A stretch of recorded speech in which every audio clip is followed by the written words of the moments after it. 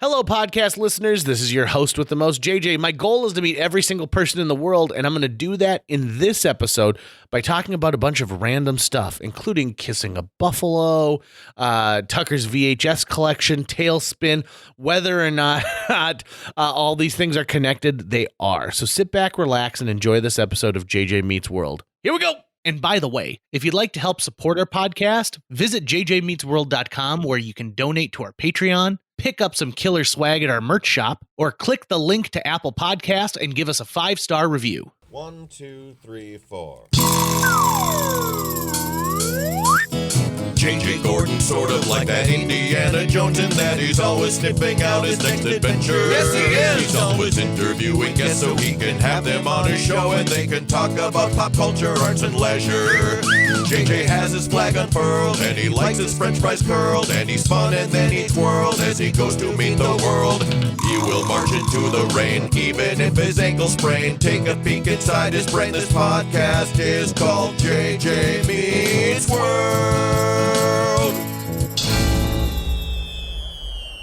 So on my way to this podcast today, two things happened that I think are important to note for those people who enjoy the slice of life parts of JJ Meets World. Number one, I'm listening to a podcast about Jim Varney's character, Ernest P. Worrell, and it's called Ernest Goes to Podcast. So it's about the character, It's not about the actor? No, they delve into like the actor a little bit, but it's mainly a breakdown of all of the works of Ernest. I mean, really, it's kind of the Batman question, right? Who's the real person? Is it Batman or Bruce Wayne?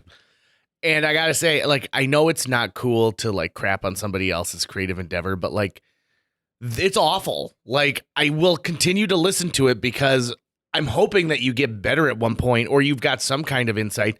But it's like a husband and wife, and then they bring on guests, and the wife's like, he's such a thirst trap. And I'm like, I can't stand the like 90% of this podcast. And so I'm listening to it for the 10%. You really tough it out on podcasts that you say you hate. Oh, man, I'm telling you. So I'm listening to this, getting more and more frustrated because they do an Ernest Saves Christmas podcast that is pretty much just walking you through the plot line of the movie without anything. Without, this movie was in development at Disney and they didn't really have another idea with it. And so they made it an Ernest feature. Or, oh, this is an interesting fact about the guy who plays Santa Claus. Nope. It's just them talking about, oh, I love it when Ernest gets a tree. I am going bonkers over this because at least with the podcast that I find frustrating when it comes to movie review stuff, they'll bring something into it. They'll say, oh, this was a bad weekend for this to open. It did this much domestically. It did this much internationally. They made toys. Here's an example of some of the toys had tie-ins with this, McDonald's franchise. It's like an expanding on the Wikipedia article. Right, but nothing. They don't even talk about the director, John Cherry, who, an interesting fact for you folks out there who enjoy the works of Ernest. So John Cherry was an advertiser. So he was an ad man, and he came up with this idea for a character who would be a pitch man, and they could put him in various local ads. So essentially one character who lives in all of these different ads.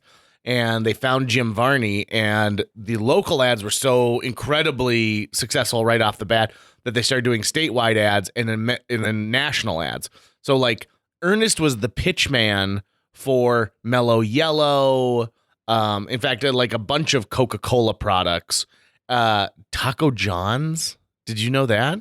No, I need. I know you've got an Ernest tape. I need to watch it. I mean, this is just making me go, oh my God, I want to go home and put that in right now. Because I've got my whole analog set up, ready to go at a moment's notice. So John Cherry goes on to, the character belongs to Jim Varney, right? Jim Varney's the guy who really is the one who made this Ernest come to life. But John Cherry is like, well, I was here to help birth Ernest, so I know what Ernest would say in situations. So they have this collaboration where John Cherry directs almost all of the Ernest movies and, is helping further this character along. And they had a good relationship then? It was great relationship. Okay. In fact, he wrote a book about Jim Varney. And like even things like the choice of making the character of Vern, which was the camera's POV, and put like a little tiny like fisheye lens on it. And, Ernest talks directly to his buddy Vern, but he destroys everything that Vern has around. It's just so well done. It's so good. Who's the grandmother character? That's Aunt Edie, I believe. Who's the like, my son won't even come to the airport. Yes. That one. Okay. Yeah, that's Aunt Nettie. Aunt is Nettie. what it is. It's Aunt Nettie is the name of the character. And like, apparently there is a television special called like the Worrell Family Album, where he just plays all these different characters who are all related in the Ernest like tree. I think this may sound ridiculous, although I think you'll agree with me, but his performance in Beverly Hillbillies as Pa, As Jed Clampett. Yeah, Pa. As Pa, is like so on the nose, pitch perfect, because he plays him like a real person. Yeah. And he doesn't over or underplay it, right? He is basically the straight man to the rest of his family, right? And I remember not realizing as a kid at first when I was watching Beverly Hillbillies that this was Ernest, right? It took me a few years to actually make that connection, which I think speaks to how amazing his performance was. Because I totally knew who Ernest was. Yeah. I'd watched all these movies and seen the commercials and stuff. And yet I'm not picking up that is who that is, right? Also, who is it? What is the name of the Eleniak? Oh, Erica Eleniak. Oh, I was so in love with her. Sure, yeah. Oh, my God. Did you ever see the movie... I want to watch that movie now. God dang. What's the one with Jean-Claude? No, it's not Jean-Claude Van Damme. It's oh man. he talks like this, and he was a 80s action movie star, and it's a boat that Gary Busey is he's taking everything hostage, and then they made a sequel, and he was like a chef, but he turned out like he had all this marine training. Wait, what? And she's not it. Steven Seagal. Steven Seagal. Okay. Yes, thank you. The premise was so ridiculous. I was like, it could only be Steven Seagal. Well, then they make a sequel, and they're like, it's not a boat this time. It's a train we've taken hostage. Have you ever seen him running? No, is it weird? There's like compilations on YouTube of Steven Seagal running in movies, and he has this run where his arms, they kind of just like flap loosely it's weird. It's really hard to describe. Now, as someone who's been told that they're a weird runner, I was told that when I played intramural basketball in 7th grade, and that's why I gave up on it. Thanks a lot, Jess. Hey, listen, running is not all it's cracked up to be. He's like, I gotta teach you how to not look weird when you run. Yeah. And I don't know, like maybe I keep my arms too high up while I run, but what? Maybe if I was was a Flintstone having to escape saber-toothed tigers, would I be running? Maybe. But I'm not. I live in the 21st century. I've always wanted to start running and leave a dust cloud behind me. I've always thought that would be the perfect way to get into running. I've always wanted to see a fight that was just a dust cloud with the fists and feet like sticking out of it, because that was clearly easier to draw than an actual fight. And then maybe fight. like someone like, the head like, and then it comes back in. Star comes out. The word thud. So I'm listening to this podcast, and I decide I'm going to have to pick up a Diet Coke for this recording, right? It's not too early in the morning, but I need a little pep in my step. But you're often rocking the Silver Bullet for sure. You need I am. It is part of a your thing. pounder-sized Diet Coke can, which I enjoy, 16 fluid ounces. And I stop at a very specific gas station, and I've got a story about this gas station. This is where Slice of Life comes in. If you're ever in Fargo, North Dakota, and you've just come over from the Minnesota side on Main Avenue, you're going to encounter the sketchiest looking storage units on the north side of Main Avenue. And then on the south side of Main Avenue, there's a brand new building. It's got a frying pan in it. I've talked about my disdain of that frying pan. And then right after that, there is a convenience store. And it's gone through several different, like, what the brand of gas is. I remember it was Mobile for a while. Wasn't this the place where... Don't take my story away. Okay. Because that's the story I'm going to tell. Okay. So, just so you know what, like, the locals know which convenience store I'm talking about. Now, let me take you back to what I believe was 2004, maybe. It could have even been 2003. but it's Street Fair weekend. Ooh. Oh. And the Street Fair I bet it was 04. I bet it was 04. 04? I'm betting 04. A previous guest on the podcast, Randy Long, is running some stuff for the Street Fairs, helping with the Downtown Community Partnership. And the Street Fair in Fargo is massive. Brings thousands and thousands of people down. It's a craft show. It's a food fair. They have concerts now. I'm pretty sure that was the year I was working it too. That would make sense, right? Because Randy would have asked you to do this job, and then when you're like, I can't, we should call JJ. Yes. That tracks. Yeah. So the call I get is, we'll give you $45 a day to essentially MC a shuttle that we have, because this is, almost a quarter of a mile long, and then they're picking up people from various areas.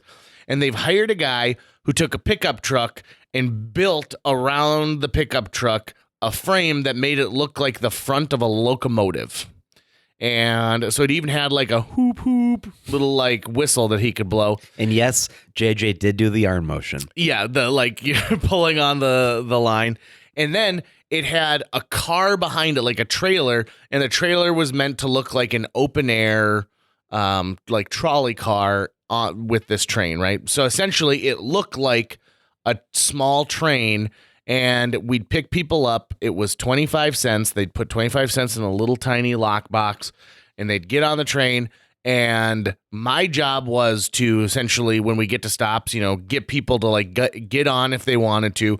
And then they could ride around, and eventually I was told, like, well, it needs to be kind of like a tour, like give people a reason other than just to get from point A to point B to get on this thing. So the guy who drove the truck took it very seriously. He wore overalls and a conductor's cap, and he more than once told me that I'm not putting in the effort that the people deserve. So... We really need to take them on a journey, JJ. Right. And so eventually, when we'd get to stops, I'd start doing this voice, and I'll do it for you here. Save your feet, beat the heat, downtown street fair train. Downtown street fair train, all aboard, downtown street fair train, free tours. And so I yell this every time we get somewhere, and the tours themselves become this. I'm just saying things that I've heard about Fargo, and I'm pointing people out as we go by. Like, for example, at one point, and I've got a little loudspeaker that I'm allowed to use, right? So there's a little bit of amplification. So if you're walking alongside of this, if we weren't going, more than 5 miles per hour, you could hear what we're saying and get a little taste of what the downtown street fair train was like. And really, that voice is based off of the guy who played Herman Munster, who eventually went on to be in Pet Sematary, and was like the neighbor Judd across the street, like, don't go down that road. Nothing but pain down that road. So I'm doing this thing, and I do stuff like, we'd be driving along and be like, oh, everyone wave out the left side of the street fair train. That's my babysitter, Mary, from when I was a little boy. Hello, Mary. And then 20 random strangers would be waving at a woman who I'm pretty sure was my babysitter. So day one finishes, and I'm like, oh, okay. So I stop at this gas station, and I put the nozzle into my car, and I am talking to someone on the phone, and I pay with a credit card, and I'm going around, I'm washing the windshield, I go inside, and I grab a Diet Coke, I'm talking to someone, I come back out, I get in my car, and I start to drive, and like my car stops, and I'm like, what the hell? Like, why did my car stop? And so I give it a little bit of gas, like, vroom, vroom, and I finally like get to go, and I realized I was hung up on something, and what it was I never took the nozzle out of my gas tank, and so I ripped it off from where it was hanging above. Now the nice thing is I'm not the first person to do this in the world. And so they have an emergency shut off. So they have like a ball bearing that's in there that immediately comes down. So no gas spills out. It just pulls this, essentially a safety clutch out of it, which is super smart, right? Like, absolutely. So I take it out and I kind of fold it up and I bring it to where the service station is. And I go inside and I'm like, hi, could I please speak to a manager? I tell the manager, I'm like, I'm really sorry. I just pulled this thing out. And he is just a dick. about it, like very mean.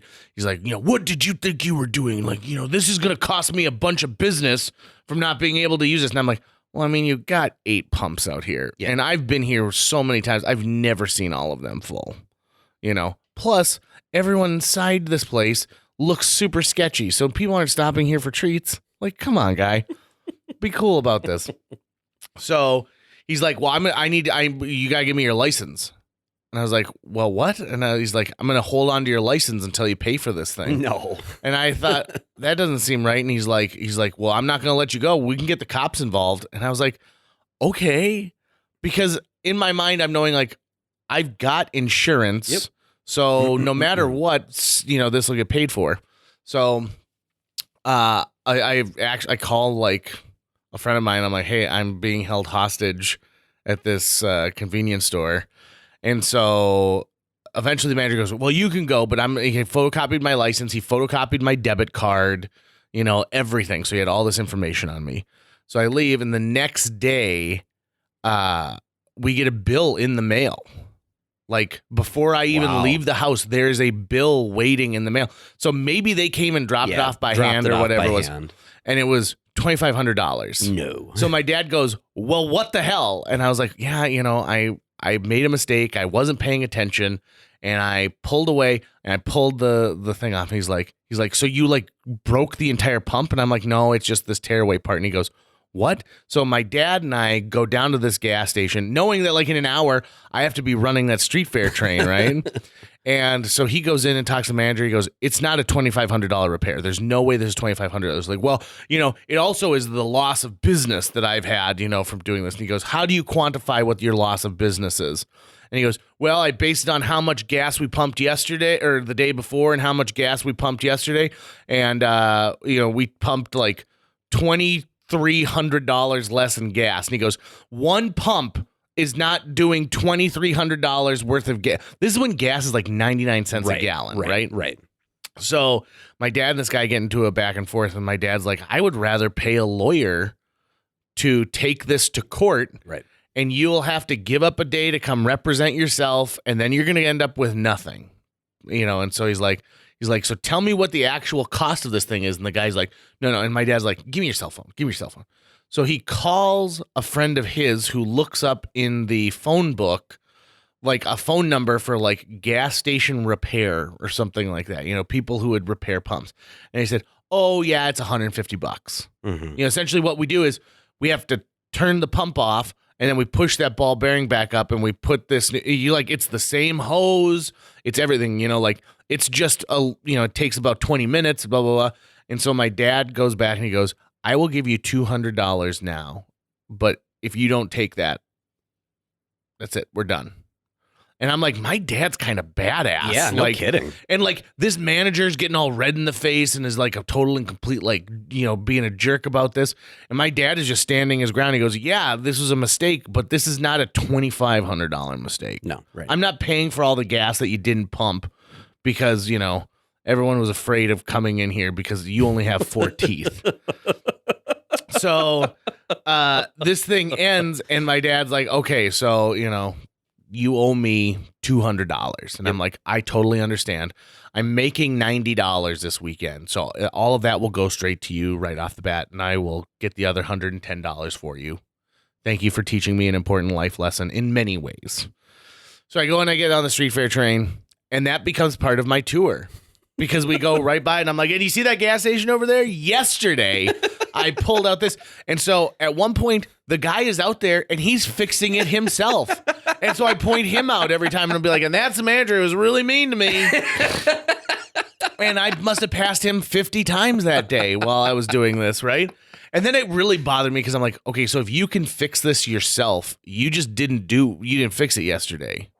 Right. You're just trying to scam me. No, yeah, he was trying to get money out of a scared kid. So then I finish, and like the street fair is still going on. There's still like several hours of the street fair. So I thought, you know what? The downtown community partnership will probably pay me later. I don't have to worry about this. So a day goes by, and I'm a kid, right? Like I'm 20 years old tops. and I don't get a call or anything. And so then I call them and they're like, oh, who, and I'm like, oh, this is through Randy. And he's like, oh, okay. I'll get a message to him. This was, what year did we say this was? 2004? I think it was 04. So 18 years later, no one's paid me my $90. And those were 2 hot, sweaty days doing a miserable job running a shuttle bus. So if anyone from the DCP is listening to this, JJ Gordon, you can find me at jjmeetsworld.com and you can give me my $90 that you owe me from the tours that I gave to a bunch. And you know what? I had people, by the end of it, I was so good, people were applauding. And they were like having a great time. It was a wonderful crash course for me in learning how to work with groups that were constantly changing. Because if you've got someone who does a full ride with you, they now know all the jokes. So I was like, okay, so here's what I have to do. Between here and here, I can do these jokes. Between here and here, I can do these jokes. And then I can recycle them again, but it's got to be one full rotation and then going past it. So eventually I find out that all of these famous people cut their teeth doing the Jungle Cruise at Disneyland and Disney World, and that's the same thing they did. They worked up this shtick every time they were there. So people would want specific captains, right, who happened to have done it at some point, and they come up with their own script. They has to get kind of approved, but they come up with their own bits and stuff like that. And it's like one of the jokes they have is like, ladies and gentlemen, rarely ever seen the mythical backside of water. And it's like they're underneath a waterfall, so you can see the backside, and just little gags and stuff like that. So I had a really good time doing that, but I want my $90. At this point, should I figure out what the interest was on it? Yeah, I'd say so. I'd definitely go and talk to whoever's there. Also, I never paid back my dad. Never. So I think he asked about it once, like a week later. He's like, "Hey, do you have that $90?" I'm like, "No, I'm still waiting to get paid for it." And he's like, "Okay, well, just let me know when you get it." Well, then what would you do with it if you got it now? Because that's supposed to go to your dad. I give it to charity. Yeah. Give it to the American Cancer Society. Oh, okay. So thanks a lot. You're taking money out of cancer research and support. It's not the kind of publicity I'd want, but that what are you going to do? Street fair was a beast. Yeah, people don't understand what it takes to do an event like that, because crazy. With something like a regular fair, right? You contract a group who brings in all the rides and all the games, and so you are only having to deal with that one person who's your contact, and then they oversee all of those employees. And then you have someone who's in charge of the 4-H stuff, and they're all organizing that. And so you've got these parts. But each booth is an individual vendor who have individual needs, and sometimes they're super pros and they know what they're doing, but sometimes they can be like the squeakiest wheels. And then you've got people who are like, well, my dad makes these really cool wind chimes, and so they get a booth on a whim after they had too many PBRs and now don't know what they're doing. They're like, how are we supposed to collect anything? And like, I needed power and I didn't sign up for it. Yeah, that was a crazy summer because I was working for Randy at the DCP, and right, because you were watering plants in the morning, weren't you? Yep. And that I think we only had a staff at the street fair of like 5 people, I think, the whole time. Do you have radios? We had radios, which was cool. And we had little gem cars, right? Like the little electric scoots you can drive around in, which is silent. Fun. Very, very cool. Yeah. But no shocks whatsoever.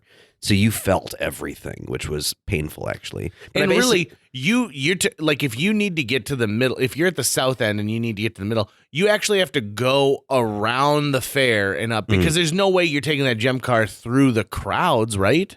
I mean, it would take it wherever I could, I guess, wherever there was space, I would go. But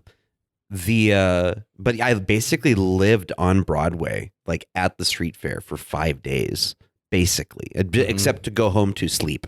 And then I would be back at the street fair.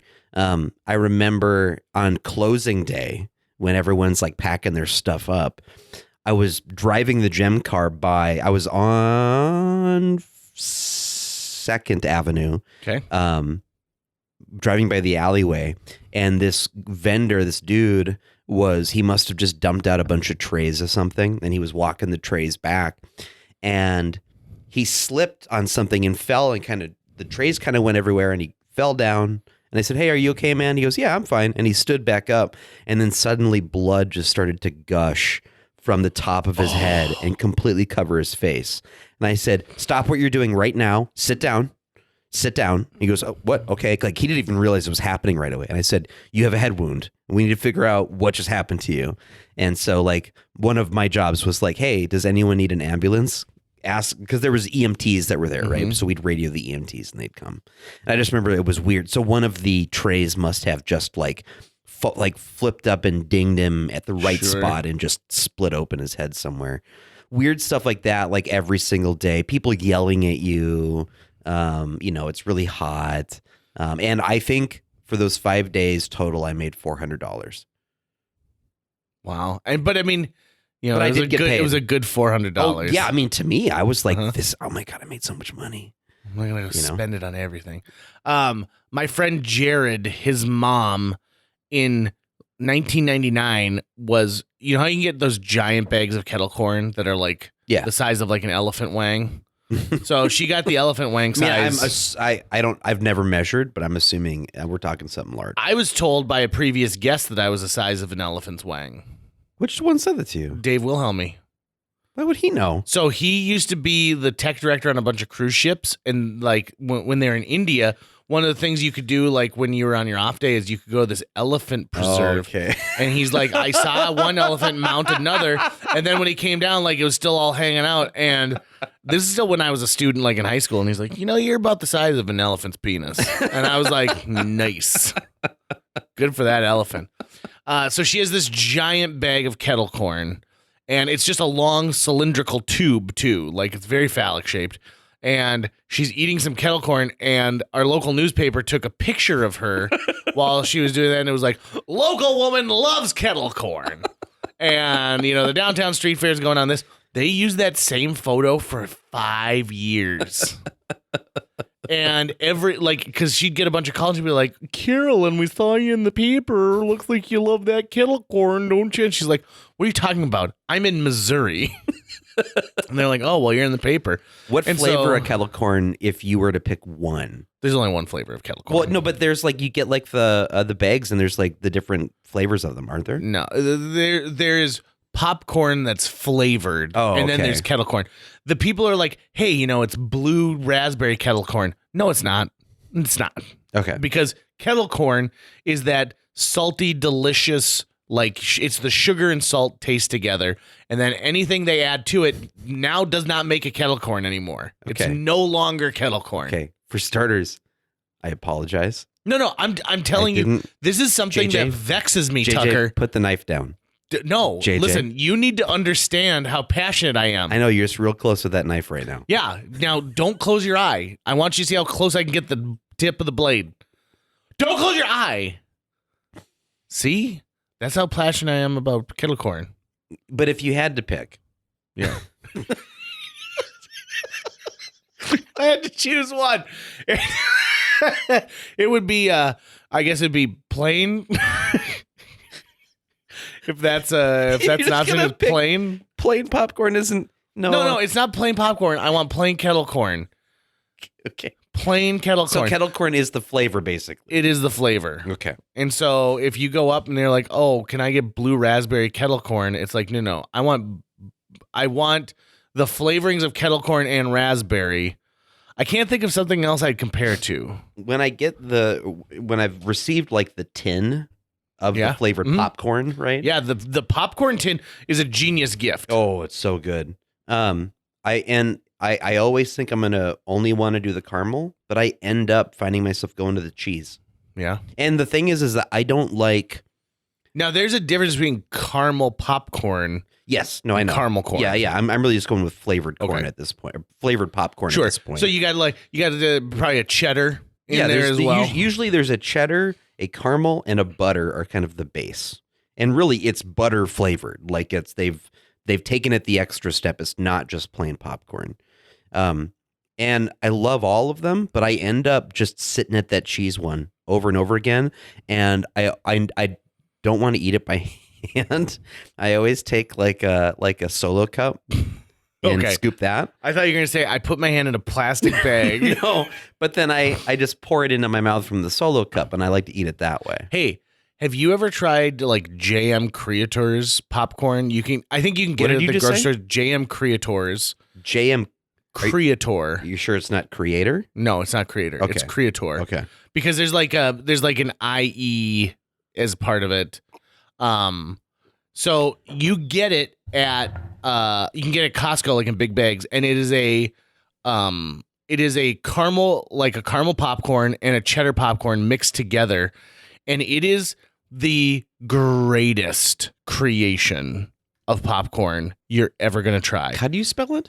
Search like GH Creators. G8. Yeah, that's it. That's the one. That's the one. You were like GM Creators. What words came out of your mouth? I mean, I only have to put like popcorn on like the list anymore. I don't know the brand name. Yeah, I mean, actually, I wouldn't know how to pronounce this. Creators. Right? Cretors. So it's delicious. It's amazing. In fact, previous. This is just a lot of previous guest talk, but previous guest Tim Larson is the one who told me about it. And I friggin' love it. It's so good. And you get a big bag of it, and you can get little bags like around Halloween so you can give out that popcorn to kids. But it can pull out your fillings. Like that's how sugary sweet the caramel part of it is. So I was eating so much sugar lately that like my teeth were starting to ache. My wife did the meanest thing. We bought a giant bag of Halloween candy. So we're giving out full-size candy bars. But also, like, we want kids to have, like, a fruit option as well. A fruit-flavored option. So it's, like, individual Twizzlers and small packages of Skittles. They have these small gummy bear packages that have teeny tiny gummy bears in it. There's some Jolly Rancher Chews, Sour Punch straws. It's just a bunch of, like, fruity stuff. And it's a giant bag. We got it at Costco. And I thought this bag just sits there until it's time for Halloween. She's like, oh, I cleaned the living room and I cleaned the dining room and I redid some of the decorating. And we have this big wooden bowl where it looks like some person just carved a bowl out of like an old tree trunk. I love it. It's one of my favorite things that we inherited from my mom. And she filled it with this candy. And now every time I pass by, I grab something and I'm like, Jill, you got to stop this. Yeah. Because I can't stop eating green apple. Yeah. It's so good. Yeah. Last year when I moved into the house, it was around this time. So like Halloween is coming up and I wanted to try Halloween, like at least giving out candy. Sure. But I decided to go for the route of the honesty system, which I'll never do again. I'll put a bowl out and. Yep. Because that just didn't work. There were no honest kids. Nope. Everyone just took the whole thing and every 5 minutes, like, yep, it's completely empty. Yep. Let me go there again. But my cousin, Josie had suggested that I add fruit roll-ups in there. So amongst the full-size candy bars, there were also fruit roll-ups, which I think was a really good idea. But this year, I think I'm going to go radio silent for Halloween. What? Not do anything. Yeah. Nothing? Yeah. At all? No. Lame. Yeah. Lame. Yeah. I have the problem with this. I overbuy because our numbers dwindle down. When I was a kid, 250 Here, people. I'll carve a pumpkin. How about that? I'll carve. That's good. I like will that. that make you fucking happy? Yeah, Carve it a would. Goddamn It actually pumpkin? would. And again with the knife, please. Listen, you can use this knife to carve. It's real sharp. It is really sharp. Let me put it on the tip of your butt. It glints. Let me put it on the tip of your butt. My butt doesn't have a tip. Yeah, I know where the tip is. I'll show you. I'll carve a little area by the tip. Are there John Candy characters you haven't Yes. checked off the list? I'm working right now on a very obscure John Candy character. So in the 80s, HBO produced one episode of a television show called Really Weird Tales. And it was a parody of like a Outer Limits or Twilight Zone. And the idea was Joe Flaherty plays the host and he tells you, he introduces 3 really weird tales. And there are 3 stories. The first one is a John Candy story and it's called Cursed with Charisma. And I'm actually like, the little Kepler radio plays that I do. I'm actually kind of ripping this off a little bit to do the next one a little bit. So it's a small town, a small like Midwestern town, and the town's kind of dying and no one wants to move there and nothing exciting is happening. And like someone asks at a town meeting, like, did those Japanese fellows decide to buy the fly swatter netting factory in town and get that up and running? And they're like, no, they passed on that. And so they get to the discussion of they have a statue of their town founder, but they couldn't afford to get a head for it. Like they could afford the whole body, but not the head because it's out of bronze. And they're like, a bronze head's going to cost us $3,000. Like, no. And then out of like nowhere, you see like these doors swing open and it's polyvinyl chloride. And John Candy walks in. They're like, what? And he's like, polyvinyl chloride, PVC. And they're like, isn't that stuff they make drain pipes out of? He goes, you bet it is. Non-corrosive, weather-resistant, costs a fraction. Why, heck, I bet you could make that head for less than $200. And they're like, gee, stranger, why are you in town? And he goes, well, I got to tell you about the power of positive thinking. And so he starts this presentation, and they're like, what are you selling, stranger? He goes, I'm not selling anything other than hope. And he tells them about this concept he has called no money down real estate. and so it's sort of Music Man-ish, where like he tells them like, listen, you buy a distressed property for $0 down, and then what you do is the bank then takes a note on your place, but then someone buys your place, and so he's explaining this thing, and they cut to the end of it, and he's got this big graph, and he's showing everyone like no money down real estate, and that thing that you bought last week has tripled in price by this week, and so he rents a room where a single mother and her son are, and the son's like, gee, you're really neat. You know, what's your name? He's like, I'm Gene. He's like, gee, Gene, you're so cool. And so the town gets swept up in this no money down where they're like, I bought the Hackamore place. And back and forth. And it turns out he's an alien. And policemen from his home planet show up, and they're like, you're under arrest for pushing this stupid no money down real estate scheme across the galaxy.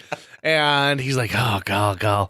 And he's talking to the boy, and he's like, well, I guess I got to be going. He goes, you want to help your old friend Gene out? And he's like, I'd do anything for you, Gene. He's like, great. So he like gives him a hug, and he goes, oh, hot human, and then throws him at the cops. Throws this little boy at the cops, and then like beams away and gets away from it. So you're going to go as that character. That's the character I want to go. He's got this giant white, like, pompadour hair because it's hiding part of his alien, like, skull. And then all I need is this sort of, like, distressed blue suit and a crappy 80s tie. And white eyebrows. So I'll have to dye my eyebrows white.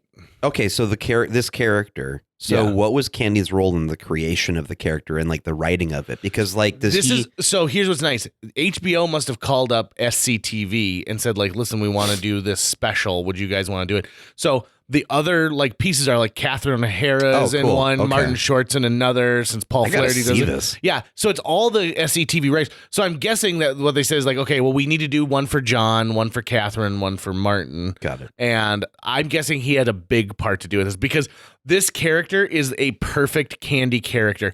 I've said this many times before, but that man, his gift was playing people who are utterly unlikable and you don't want to be around them, but you love them, right? So Del Griffith, Planes, Trains, and Automobiles. Steve Martin's right. He should, like, this guy's a pain in the ass the whole time, and he's gross, but he's got so much heart, right? Like, he just wants to be friends with Steve Martin. Yeah. The same thing in Uncle Buck. That guy's not the guy you want in your house. You know, he's cooking our garbage. What it would have been like to have been just a fly on the wall when like him and Eugene Levy and Rick Moranis and Catherine O'Hara like working out characters, right? And coming up with ideas like at a bar, right, or at a cafe somewhere. You know who hasn't done a lot of talking about John Candy? Who I'd love to get his opinion, because right now they just announced that Ryan Reynolds and somebody else, I can't remember who, are working on a documentary about John Candy. No way. Yeah, but Tom Hanks had a lot like. He and John Candy played brothers in Splash, right? Okay, yep, that's right. You ever see a guy slept with a fish before? Yep. And then they were in Volunteers together. God, they did a bunch of stuff together. And so I think that like Tom Hanks would be a good guy to talk about his relationship with John Candy. Every time I see John Candy tapes on my hunt, I'm like, I feel like I gotta buy it. Like I have to. Yeah. So like I have kind of like a John Candy collection coming together. When we have the new studio, I want to set up a VHS shelf area just for that studio. All the Captain Rons are going to go there. And I think maybe we curate a John Candy section as well. I love that idea. Yeah. What else do you think should go? And by the way, I just had a big win on my hunt. I hadn't had a good day of VHS shopping for a while. The other day I had a big one, including my very first Tailspin VHS tape. Ooh. Right? What episodes are included? Do you remember? It's just number 7. I forget the name of the episode off the top of my head. The case is very faded. Yeah. So it looks like it's been sitting in the sun almost, but the tape is in good condition. So I know we've got a big, full disclosure, after this, we have a big project over at your house. It's a big house project. JJ was kind enough a few months ago to actually put the idea in my ear that, hey, if you ever want to do this thing to the side of the house, I'll help you. And I was like, oh, wow. And then I decided, yeah, let's do it. So JJ is being very kind and helping me seal the side of the house so I can put the cat litter box out in that section and have better insulation for the winter. So let's say that this project goes really quick, right? Let's say we knock it out in 2 hours, right? I don't know what you've got planned for the rest of your day. Nothing. But I've wanted to drive with you down to Detroit Lakes, because have you ever been to the Boys and Girls Club thrift store in Detroit Lakes? No. So, folks, let me tell you about the greatest thrift store in the history of thrift stores. Talk to me, man. So, I believe it's an old Kmart or an old Pomida. So, it's a gigantic space. And what they've done down there is to raise money for their Boys and Girls Club. They've contracted and made deals with other suppliers, places that get overstock, places that get items that get discontinued, and so they constantly have stuff they went to. There was what was it? There was a college that was closing a dorm, and so they went there and they got all of these dorm fridges that were all in perfect condition and stuff like that. When Best Buy gets rid of a couple of their display models for refrigerators, they get them and they mark them down. It's incredibly clean. It's well organized. It looks like you're shopping at a brand new store. The stuff looks like it's all brand new. And right now they got a 50% off everything except for major appliances. And I've talked to people who said, yeah, we remodeled our kitchen and spent a fraction of the cost for everything in there by going to this place. I assume, I don't know for sure, but I assume that they must have just a gigantic VHS section. They just might. We'll want to probably call ahead, because it's like a flip of a coin with thrift shops these days. Whether or not they have it. Whether or not they have any whatsoever. There are, I bet in this town alone, we have 25 thrift stores. And I'm serious, at least, right? 2/3 of them don't carry VHS tapes. Really? Yeah. The oldest they'll go back is DVD, and even at that point, it won't be that much. So it's some of them will be more clothing focused or other things like that. But we'll call ahead. But you definitely have piqued my curiosity. Oh, good. Absolutely. And it could be something where we could DL's not far. We could take a day too and be like, okay, let's hit up Detroit Lakes. Let's hit up, Fergus Falls. Grand Forks has some really good. Yeah. There's a place in Grand Forks. I'm blanking on the name of it. It's not a thrift shop, but it's the only store of its kind. Let's put it that way. It sells VHS tapes, comic books, music, records and stuff, old speaker gear, video games, books, random toys, chili dogs. Oh, that's right. It has a whole chili dog section. Yeah, no, I know what place you're talking about. Yeah. Yeah, it's a full restaurant as well. And it's a live music venue for small acoustic acts if they want to come in. And it thrives, to my understanding. Yeah. So anyone's that's a stupid business, you're wrong. That place is cool. Well, I think here's what they do. They create a vibe, right, that people want to go and spend some time in. Yeah. And then they're as far as food product, it's chili dogs. Yeah, and they're selling weed under the table. Basically. Probably. That's, you got to make your dollar somewhere. You won't get good prices necessarily on tapes, but you'll find some good stuff. In my day job, I have a coworker who just had a baby, and she had 3 boys, and now she's had a baby girl. And I remember asking her, do you know if it's going to be a boy or a girl? And she goes, no, we want to be surprised. And I think that's such a loaded question to ask, because I was like, well, would you like a girl? And she's like, you know what? I'm going to be happy no matter what. And I was like, yeah. Because you don't want me to tell your son when he's 13, be like, your mom was really wishing that you were a girl, but she was kind of disappointed. Mazel tov. Do you have preferences of what you No. want to have? None whatsoever. None whatsoever. Yeah. Here's what I want. I just want to make sure that I've got kids that listen to me more than they listen to Jill. Mm. I want to be the one that they're like, listen, I need advice. I'm going to go to dad Mm-hmm. because dad tells it like it is. How big of a team would you put together? Do you Two. Just Two. replace the two of you Yeah. and have the experience that you had growing Exactly. up. Yep. Now, it's funny because Jill has there are 3 kids in her family. And so she wants You kind of 3 worded kids. that weird. She does not have 3 kids. She did not have 3 kids. There were 3 children in the family her parents established. It turns out JJ's been a stepdad this entire time and fucking doesn't give 2 shits about those 3 kids. I've got a movie recommendation that came out of nowhere to me, and I really enjoyed. It's not going to be an Oscar winner, but like it was a fun movie to watch. It's on Apple TV Plus, and it's called Raymond and Ray. It's Ewan McGregor and Ethan Hawke. I've seen the trailer. Have you seen the trailer for this? They're half brothers, and neither of them like their dad, right? So the dad essentially, like knocked up Ewan McGregor's mom and knocked up Ethan Hawke's mom. These two couldn't be farther apart in personality, and they get noticed that their dad has died, and so they go to the funeral and the will reading, and the dad buys like a plain pine box to be buried in, like the cheapest box possible. And his last request is that his sons dig his grave, and they think it's because he's so cheap he doesn't want to pay like the graveyard to like dig the grave. And so the movie is partially about them like having to dig this grave, which takes a long time. Like I couldn't imagine how long it would take to dig a grave by hand. Mm-hmm. Those like old school grave diggers from back in the day, like, in the like Victorian era, like that must have sucked. Yeah.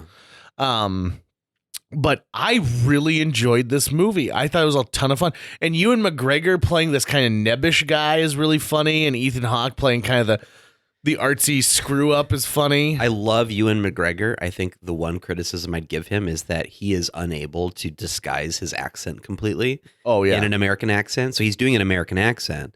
But you can just hear that Scottish lilt underneath there just so. Do you know the one time I think he's successfully done it?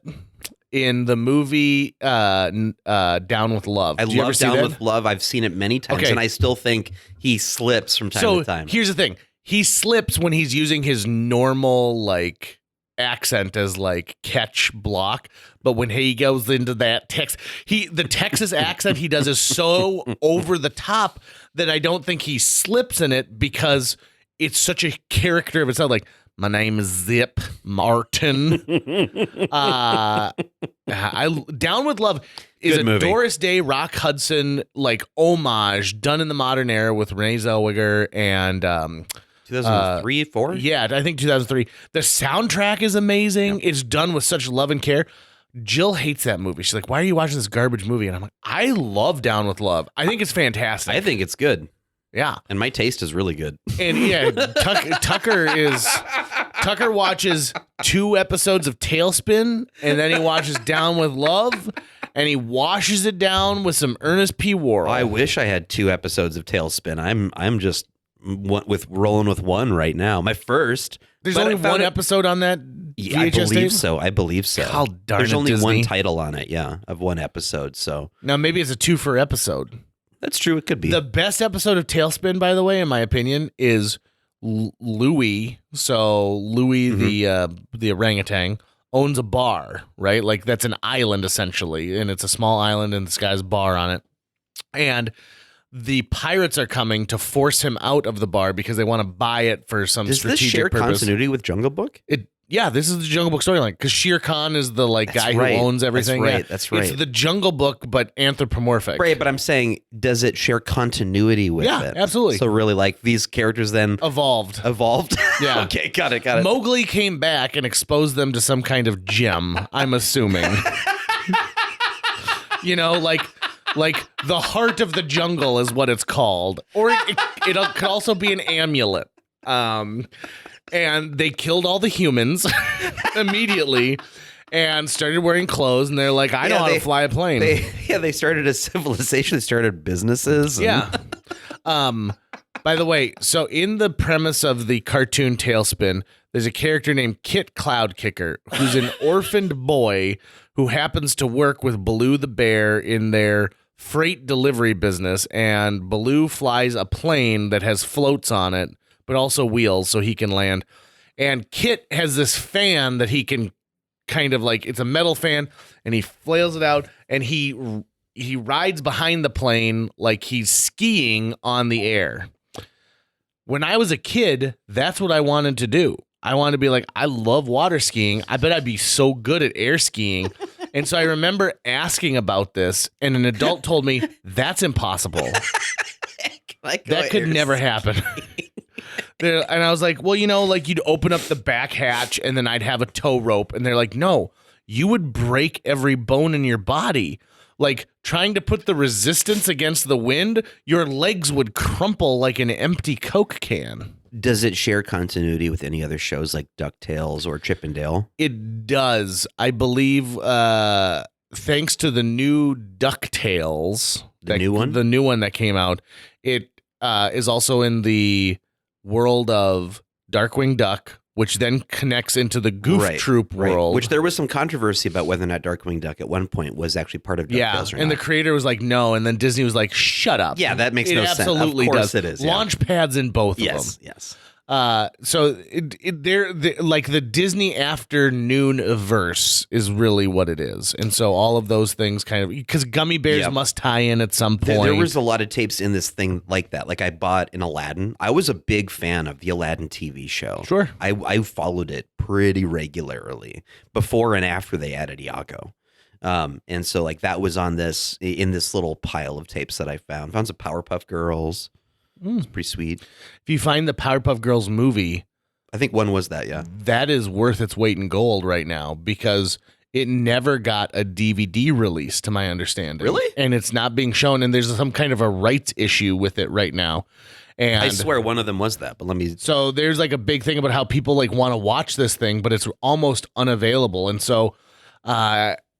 was it on a Reddit thread I read where someone had said like, well, yeah, I taped it on my DVR the last time it aired, and it was on like because Cartoon Network must own like chunks of it. Well, there's on Amazon you can buy the DVD and the VHS tape. So no Blu-ray, but it's available on both. So DVD maybe and that's VHS. what it is like a more high. What is the Powerpuff Girls movie going for on DVD? $30. See, that means it's rare. That means that you're buying it from someone who says, like, listen, this is not found anywhere if you're paying $30 for it. That's the cheapest it's listed? Yes. But hold on, JJ. That is not an that is what it's listed at. That Sure. doesn't mean anyone's buying it at that. That's what I'm saying is, like, that means that it's rare. The next seller has it listed at $85. Now, will you at least concede to my I will comment concede because that there are people... you shut me down. You're like, well, JJ, you're wrong. It's available on Amazon. No problem. First of all, you just said they didn't make this on DVD, and I was like, well, no, it looks like they did make it on DVD. There you go. So they released it on DVD once and then did not make it available. I believe it's because of a rights issue and something on I'm going to there. check eBay. Let's see like how people are listing on eBay. Yeah. On eBay, the Powerpuff Girls movie, which came out in 2002, I believe. I think I remember going to that the same summer I saw Atlantis, the Hidden City. Oh, JJ, I'm so sorry, man. I mean, it's selling for like $4, $5, $10, $3. So it's all over the map. Good. So people are speculating. Those are scams. They're gonna send you a burned copy. They print it off the artwork themselves. Also, I'm not confident that what I have is now Powerpuff Girls the movie because the cover art is different.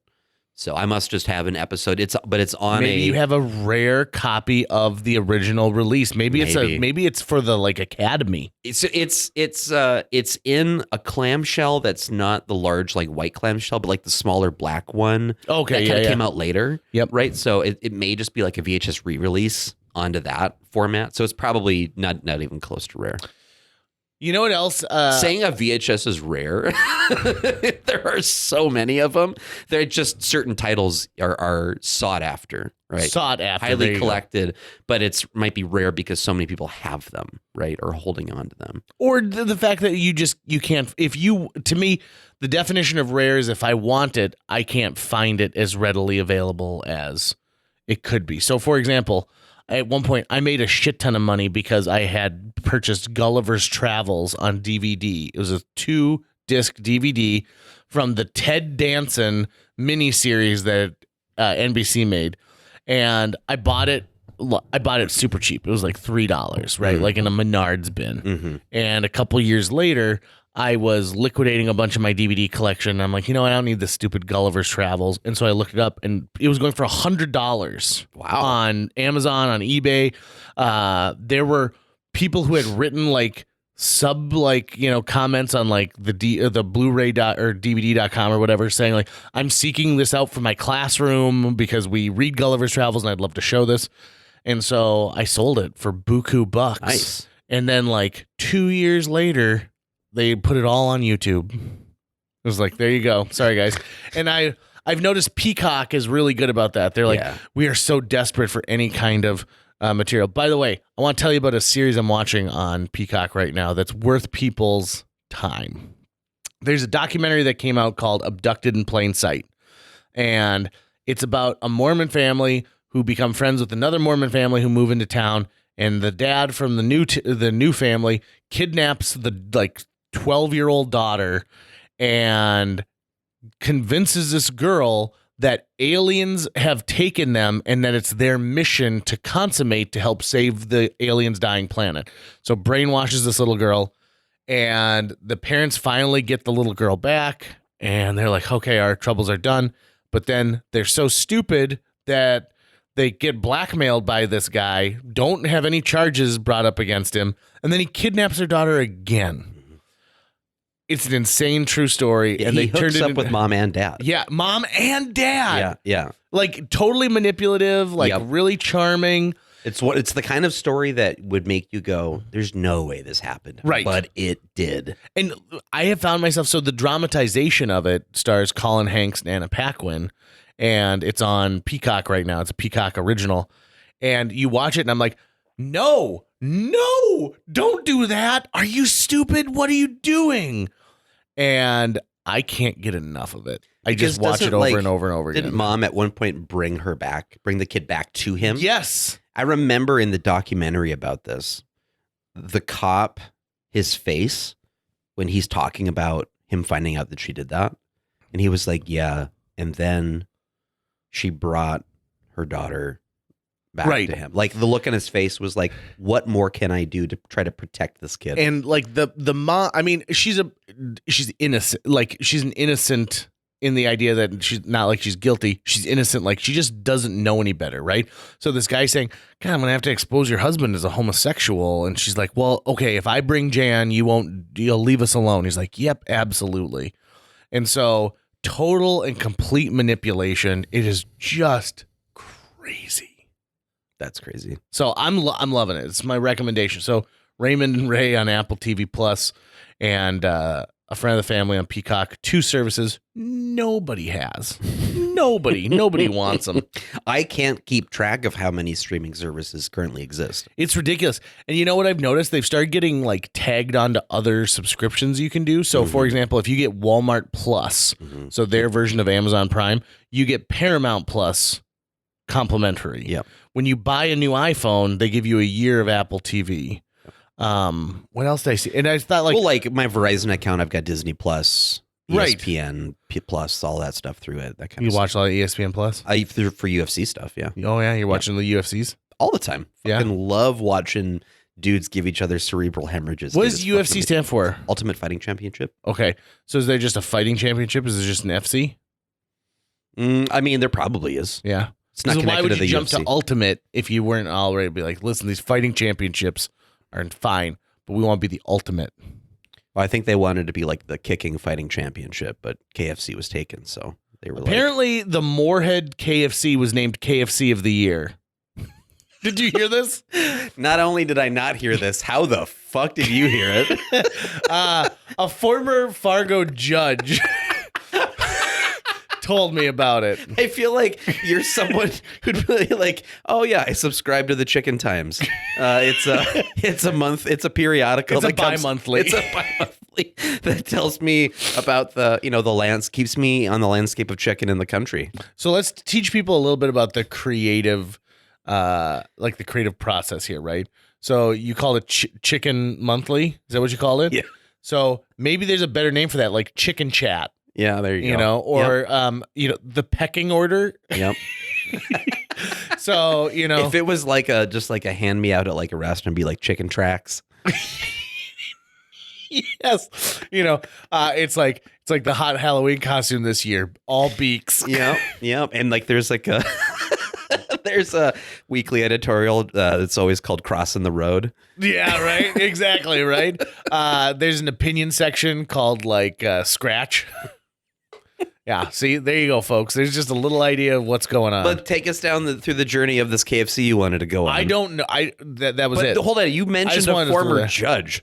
Like, yeah, former judge in Fargo posted about it, and I reached out and I said, "Is this for real?" Former and he's like, judge on Facebook. Yeah, and he's like, "Yeah, I stopped in there the other day, and they had just gotten notice, and they were celebrating." Because they were so proud that they were the #1 KFC in the country last year. Like they won I guess the coveted bolo tie or something like that.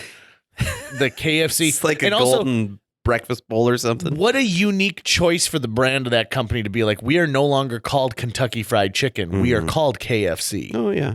And I was like, interesting. So, I mean, but is it, so KFC themselves is who's awarding it? Yes. Okay. It's an internal award. So it's not like you go to like the Nuggets, which is an award gala for all the chicken stores. So Raising Cane's is there, Slim Chickens, Chick-fil-A. And it's like, and for best breading, the nominees are. But I mean, goddamn, like if they're talking, did they win that because of profitability? Or is it just that good? Because if I go in there tomorrow and that place looks gross, it's like, this is the best KFC? I think it's probably a mixture of things, right? I think it's probably comments that they receive. They probably have the most positive comments from clientele. Profitability probably does something with it. And it's in a prime location. It's by a couple of colleges. I love that they carry a good cold Pepsi. You like that? I do like that a lot. They still serve it in a styrofoam cup? It's been so long since no, I don't think so. Good. I think it's. I don't like that the places they use styrofoam. I just don't. I wasn't aware that. Does any place still do that? Yeah, I know for sure. Like Chick-fil-A does. Well, but they don't care about anything. Yeah. Right. Jesus, take the wheel. Maybe that's why they dropped Kentucky. It was like, we're not Southern enough to really have the word Kentucky in our. And I mean, Kentucky is the bare minimum South, right? Sure. Like that's like border South, basically. I mean, would you ever want like Tennessee fried chicken? You know what I ate the other day that blew my mind? I ate at Pounds for the first time. Never eaten there before. And I had their pulled pork sandwich. Did it have that Dr. Pepper barbecue sauce on it? It did. It tasted like Cincinnati chili. Yeah. It was so good. I've been thinking about it a lot. I need to go back and have that again. That's the sign of a great restaurant when it's so good you want to go back. When you're like, I got to eat that meal that I had there again. It was so really good. Remember when I had that bad experience with that place that's themed after outer space? Yeah. Yeah. I went back. Well, of course you did. Because I want Martian munchies so bad.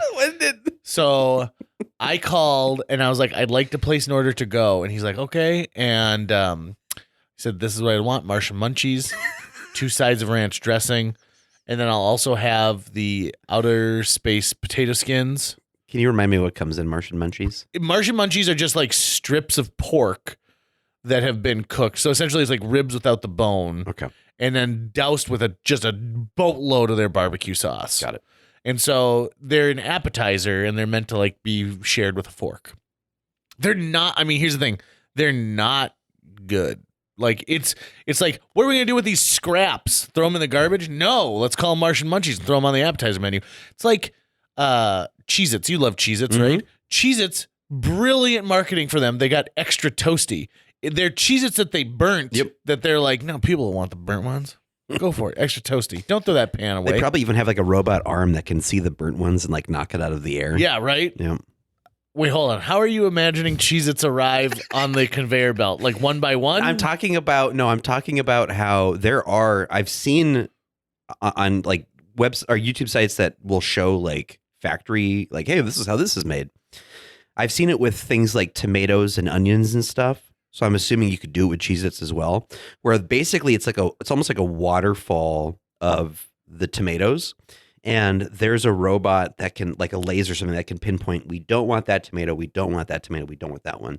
And there's like a whole row of these like metal legs that kind of kick out and it'll hit that tomato out of the waterfall. Okay. And it'll like basically go over there with the gross tomatoes, the ones we don't want.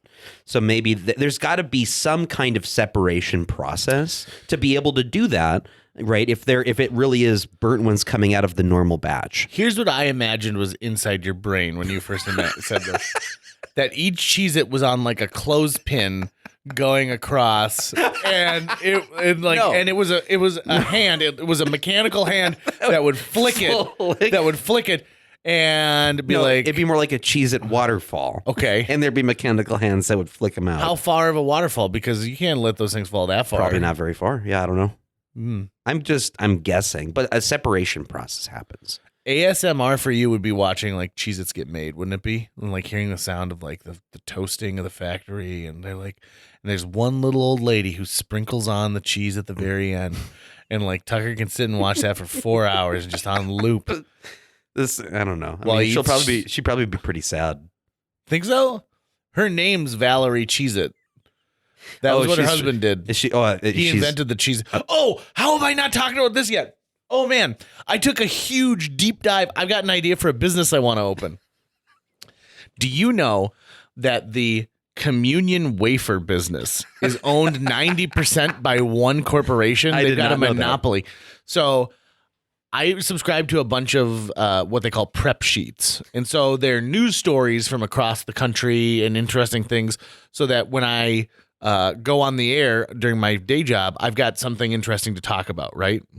And so sometimes like enough people pick up on some of these like smaller, more obscure stories that they become national stories that end up in places like USA Today and stuff like that.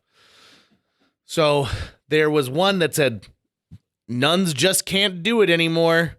And I was like, click. That's a great one. Right? Sold.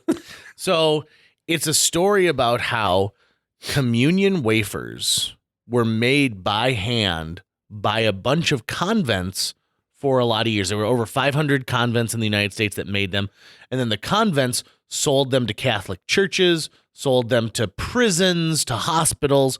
And so you were buying your wafers directly from nuns who were making them. And so these cloisters would essentially create a baking business to help support their endeavors. So they'd open a business to help them. So this is ultra popular. And in the 1930s, a bunch of these like groups of nuns would like write letters and talk to each other. And they said, there's got to be an easier way to do this because we're getting requests for more and more. There's less people joining, the church as a nun. And so we need to automate this. And so they reached out to a guy who owned a bunch of patents, and they said, we're looking for a way to bake more of these. And like right now we're only able to make like 50 a day, and we need to be making like 200 a day. So this guy creates essentially what is like a flatbed press that makes these so they can automate it and make it. So a bunch of these nuns buy these machines. It's great. Some of them say like, we can actually scale our operation bigger. They're like, there you go. And so this inventor's kids are like, well, this is great. And they still can't meet all the demand for this. Why don't we start a business where we make these communion wafers? So they scale the machines up much bigger. And for a long time, there was room for both their company and all these nuns. Well, as these kids get older, they get greedier. And as they pass it on, it becomes a company with a board and everything like that. They're like, let's push these little old penguins out of the business. And so now I think there's only like 10 convents that make them. And they're to the point of where they're like, we can't keep up. We don't have enough people here, and we can't maintain these machines. So this big corporation's ultimately going to win out. And what's interesting is the company themselves operates the same way. So like these nuns aren't even making the wafers for themselves. Because of health regulations, you can't make it and then serve it to the public. You have to actually buy it from a company that gets inspected by the USDA, blah, blah, blah, blah, blah. So this company is edging out these nuns. And what these nuns are hoping is that someone will want to come forward and buy the equipment that they've invested in over the years and maybe give this company that pushed them out a run for their money. But they own 90% of the market. So if you could get in and even undersell them by 10%, you could easily claim 20% of the market ASAP. Right. And so, and you think like, oh, communion wafers, how much are you making on communion wafers? Well, think about this. If you're shipping to 20 states, if there's 100 Catholic churches, in a 500-mile radius, which I don't think is unheard of, you could be making a ton of money. And so I'm reading this thing being like, there's opportunity here. I think you should do it. Think I should? Yeah. You should just be the money and the idea, right? You don't have to go call the churches and do all that kind of stuff. Oh, also, when the kids decided to start their business, the nuns started a letter writing campaign to every single place that purchases these wafers saying like, this company's trying to put us out. Essentially, it's Paul Bunyan versus like the mechanical saw. And they're saying like, they're not quite as holy as the ones that we're making. Right. I just flashed back to, so I was raised Catholic when I was at my mom's house. And we first went to St. Mary's, downtown Fargo was where we were going at the time. And I remember the communion there, it wasn't wafers. It was actually like little cubes of bread that they would make there. And I remember like being shown the making process of it. And like, it was just, it's unleavened bread, basically. It's bread that hasn't risen, right? And, it is ironic, but I've never thought about that. I never thought about that until right now either. But I remember the first time I came into contact with a wafer, I was like, I don't know what this is. I'd already done my first communion and everything. So I was taking communion at St. Mary's. And then, when we'd be with my grandparents at the lakes, we'd go to, they was like either a church in DL they would go to, or sometimes they would go to a Moorhead church. And so sometimes we'd go to their church with them. And it was my first time being able to communion at a different church. And so I went up and the priest handed me a wafer and I was like, what is this? I didn't know what it was. I thought it was, there's a new step. This is a new thing, right? And so I just pocketed it and went and took my sip of wine and then went and sat back down. And I sat next to my Uncle Mike Garamoni. And I said, hey, Uncle Mike, what is this? And I showed it to him and he starts laughing and he's like, you're supposed to eat that. I'm like, oh, this is bread? It felt like styrofoam. Yeah. Right. And so I popped it and ate it right there in the pew. At the church in Hillsboro that I have the pleasure of occasionally filling in at the pulpit at, they do communion once a month. Do they call you like Friar JJ or something? Nope. I just go by JJ, and I don't I'm not wearing robes. I don't do the walk up, during the first song. I just sit there, and essentially I'm like, I will be your guide. Yeah, I will only ever agree to speak at a religious ceremony if I get to give myself my own title. Really? What do you want to be? Darth. Darth? Yeah. Like Darth Lucas or Darth Tucker? Darth whatever. We'll just come up with something that day. Okay. They have Darth Subway sandwiches. They started this thing during the pandemic where rather than, I don't know if they all sipped from the cup previously, sure. but they're like these little tiny, it's the wafer and a cellophane package that's glued to the top of a little tiny cup. Yep. Like a little tiny, with a little tinfoil peel away. The Methodist church I went to would do that all the time. So frustrating. Really? So frustrating. Because you're trying, you get the wafer out first and you're like, thank God. And then you try and get and because there's air inside of there, every time you open it, it splashes a little bit. And I'm like, I don't want to get splashed with grape because it's grape juice, not wine. Yep. Is it only the Catholics that do wine? Do Lutherans do wine? I don't know. You know what? They must do wine because I heard an amazing story this week. I was riding to Milner, North Dakota. Oh, I can't believe I forgot to tell you about that too.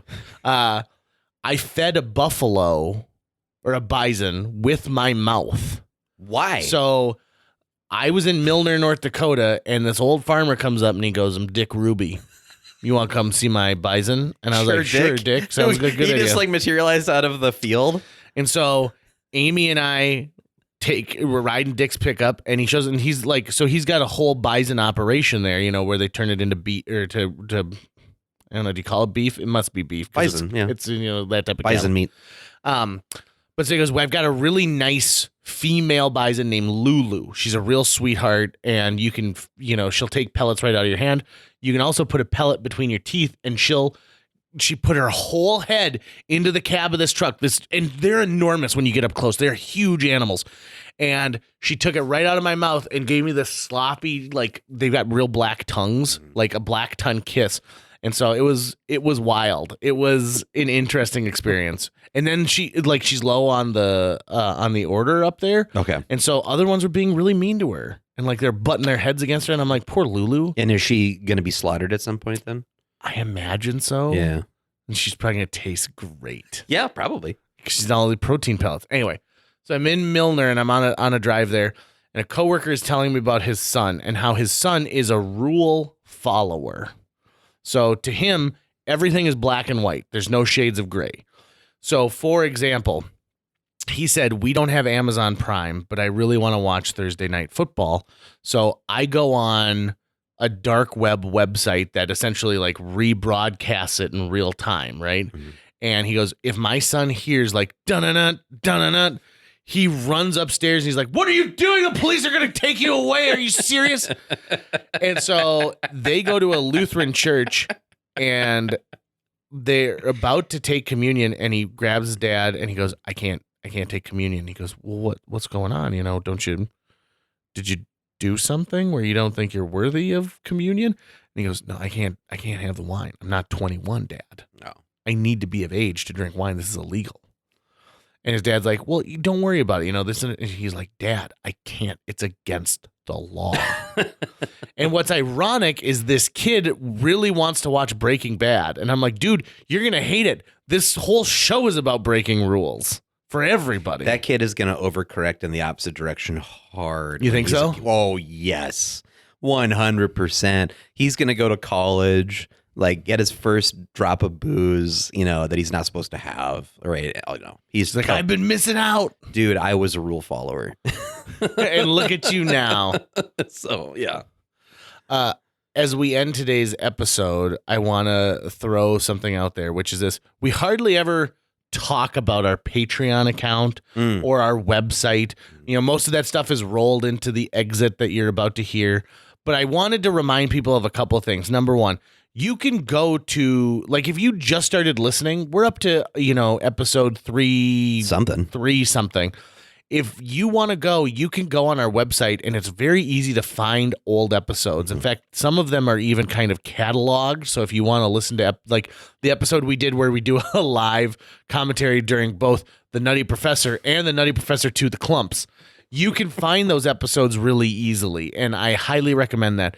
There's a merch store in there as well, so if you want to get yourself a mug like Tucker's you drinking his coffee out of today, you can do that. And our Patreon is something that's I really like. Every episode of JJ Meets World is free. We will never charge you for a JJ Meets World, and because of that, it means that we're paying for everything, which I've been more than happy to team up with Tucker on this. We said we're not doing this to get rich until like we, you know, get rich. Mm-hmm. But I want you to know that you can support this podcast. Even $1 a month on our Patreon makes a big difference.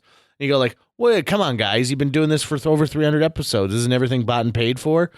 Kind of, but we also have hosting fees and all that kind of stuff. So if you find it in your heart, or if you enjoy an episode, if you said like, listen, this episode of JJ Meets World made me laugh so hard that I peed my pants a little bit, you can go and give like a one-time donation of like $5. Yep. And I would never want someone to say, I'm going to give you guys $100 a month, because then I'm like, oh my God, now because of Scrooge McDuck over here, I've got to make super quality episodes that have all this amazing stuff and I can't lose track. And, you know, Tucker's going to have to sell a bunch of his VHSs. There's a lot of podcasts I listen to, and usually I don't subscribe to their Patreons, but what I do from time to time is I go, I'm going to buy these guys a cup of coffee. Yeah. Right. You can also leave a review too. So yes, that is what actually helps us a lot. Yeah, I would love for us to break into the top 100 on iTunes at some point. Cool. You know, even just for like a week or something like that. And so by leaving a review, and you can go. Here's the thing: write a review, copy it, and then go to like 3 places. It's going to take you 10 minutes tops to leave a review on iTunes, on Google, on Spotify. and just get it done and all kinds of stuff like that. So that's my personal ask. It was my birthday and you forgot and you didn't get me anything and you didn't even shout out on my Facebook. So this is a way you can make it up to me. Who are you saying that to? Everybody. That's going to wrap it up for today's show. If you enjoyed this episode and would like to help us continue to produce new episodes each week, visit jjmeetsworld.com, where you can donate to our Patreon, pick up some swag at the merch shop, or follow our link to Apple Podcasts and leave us a 5-star review. You can also follow us on social media. We're on Facebook, Instagram, Twitter, YouTube, all the sites the cool kids are using these days. JJ Meets World is produced every week by Tucker Lucas. You can find out more about Tucker's work by visiting moonbasemaria.com. If you want to get in touch with your host with the most, check out linebenders.com, where you can find direct contact info for JJ or booking information. If someone gave me a piece of paper and a pen and said, draw a self-portrait of yourself, I'd leave it blank and be like, think about that, bitch.